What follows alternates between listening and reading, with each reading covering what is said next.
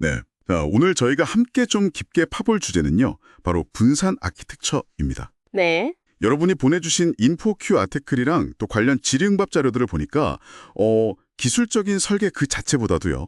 그 안에서 의사결정 방식이나 신뢰 구축, 이게 왜 더 중요할 수 있는지 그 얘기를 좀 해보면 재밌을 것 같아요. 맞습니다. 그게 참 중요한 지점이죠. 특히 팀이 막 커지거나 여러 조직이 합쳐질 때 좀 겪을 수 있는 어려움들 있잖아요. 네네. 거기에 대한 실마리가 좀 보이지 않을까 싶습니다. 자, 한번 들어가 보시죠. 네, 좋습니다.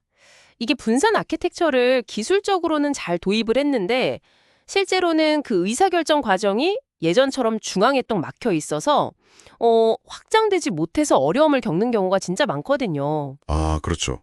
기술만 바꾼다고 되는 게 아니군요. 네, 팀한테 자율성을 준다고 말은 해도 그럼 그 자율성 가지고 어떻게 같이 결정을 내리고 공유하고 또 신뢰를 쌓을 거냐. 이런 명확한 구조가 없으면 오히려 더 혼란스러울 수 있다는 거죠. 네, 바로 그 지점이군요.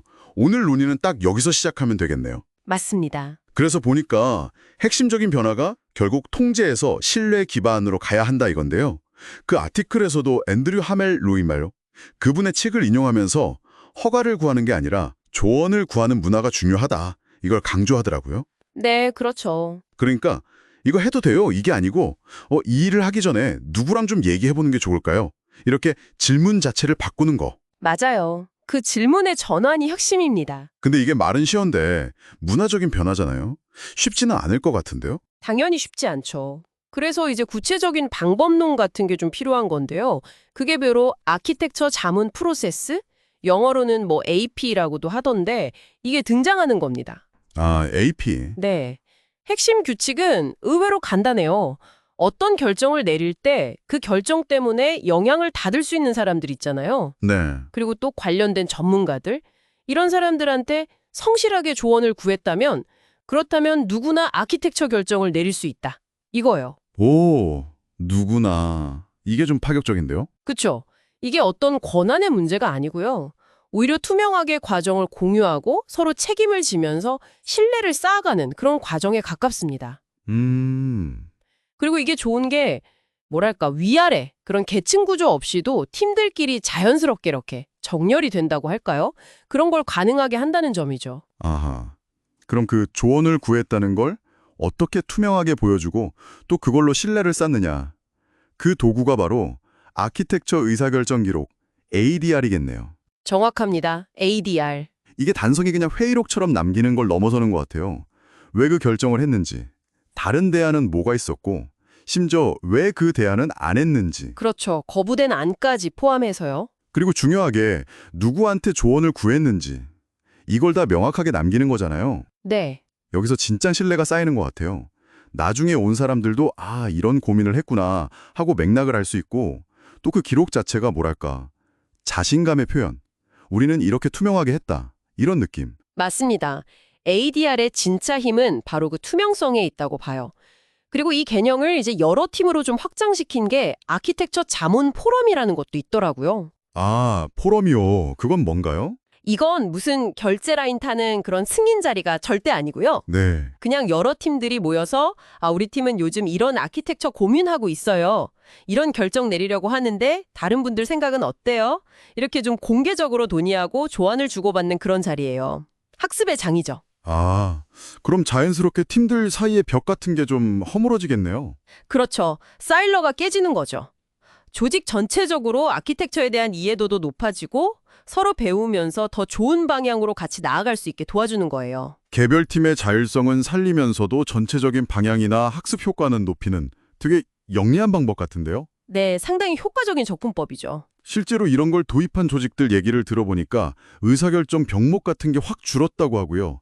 개발자들도 예전보다 훨씬 더 적극적으로 ADR을 막 작성하고 공유하게 된대요. 네, 맞아요. 그리고 아키텍트의 역할도 보면 막 지시하고 통제하는 게 아니라 옆에서 도와주고 지원하는 역할에 더 집중하게 되고요.